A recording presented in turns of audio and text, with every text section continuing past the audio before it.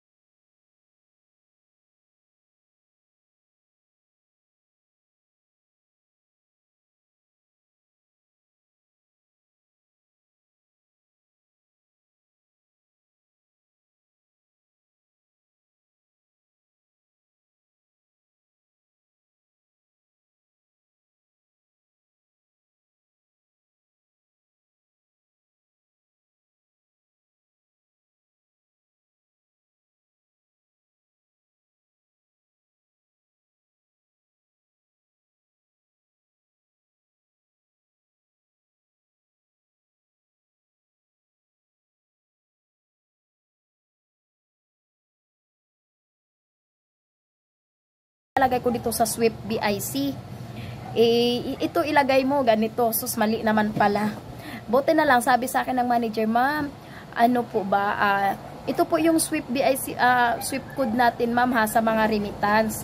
So ibig sabihin, importante pala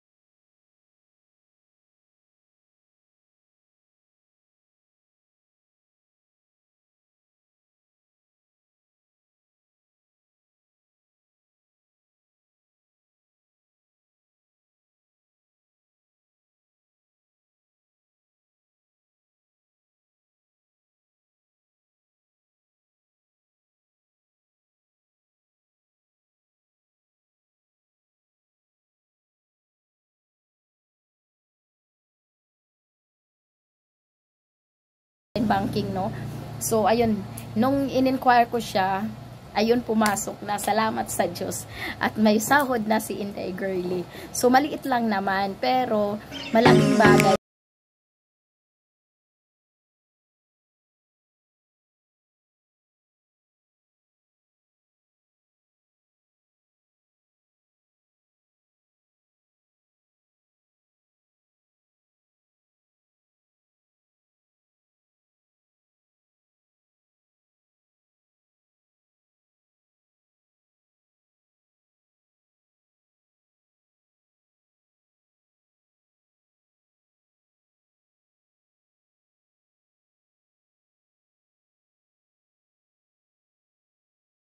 Anuhin nyo rin, kumbaga, wag nyo rin ipag walang bahala yung mga membership.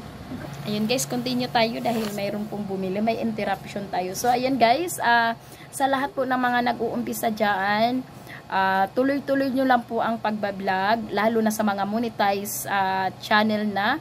So wag nyo pong ihinto.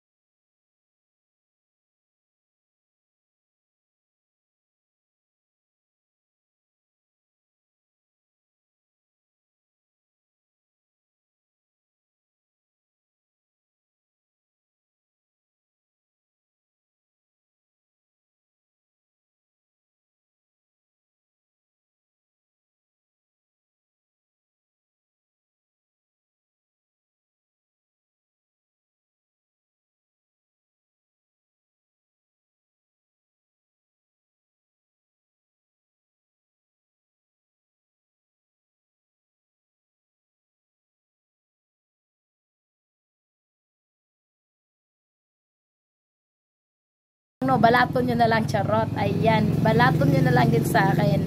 Lalong-lalo na ngayon at malapit na ang aking birthday. Ayan. So, guys, maraming salamat at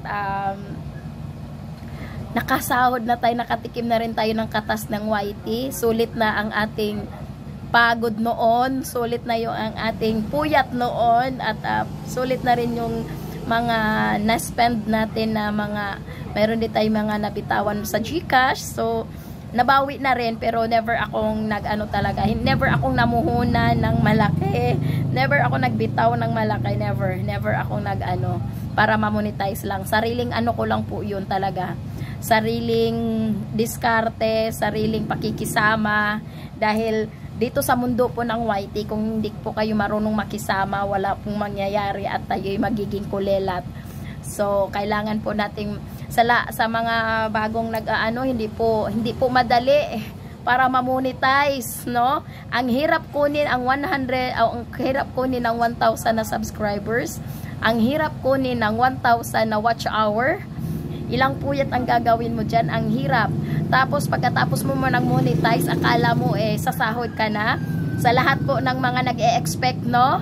Sa lahat po ng mga nakakaalam, sa mga nakakilala, hindi po ibig sabihin na kayo ay nakikita nyo kami sa YouTube, hindi po ibig sabihin na sumahod na po kami niyan. Hindi po yon. Hindi po madali ang buhay ng YT. Madami po kaming mga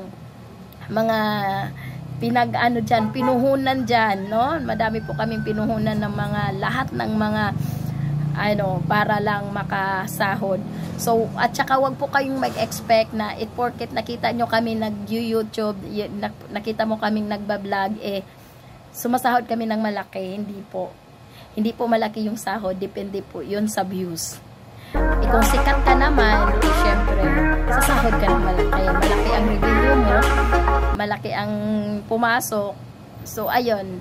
Pero kung ganito lang, isang ordinaryo ka lang na tama na po yung $100, siguro ganon.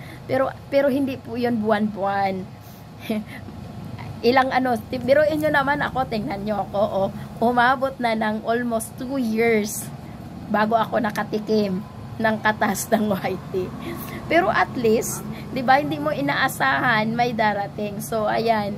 So napakabuti, no? Kasi buti na lang at hindi ako na hindi nawala yung mga yung hindi ako na demonetize dahil pag wala ka na kasing update sa YT, mawawala na yung ano mo, channel. Hindi naman mawawala, yung mawawalan ka ng hindi ma-demonetize ka, ma-demote ka. So ayan. So yun lang ay share ko sa inyo, guys. Wag na kayo manghingi ng balato dahil pambili ko lang po yun ng kulang pa sa red lipstick ko ang sinahod ko. Pero at least meron. So ayan, thank you so much po sa lahat. Shout out po sa lahat ng mga pamilya kong nanonood sa akin, sa lahat po ng mga nakakilala, lahat po ng mga kasari. Salamat po. Shout out po sa inyong lahat. So ayan, God bless po. Bye-bye.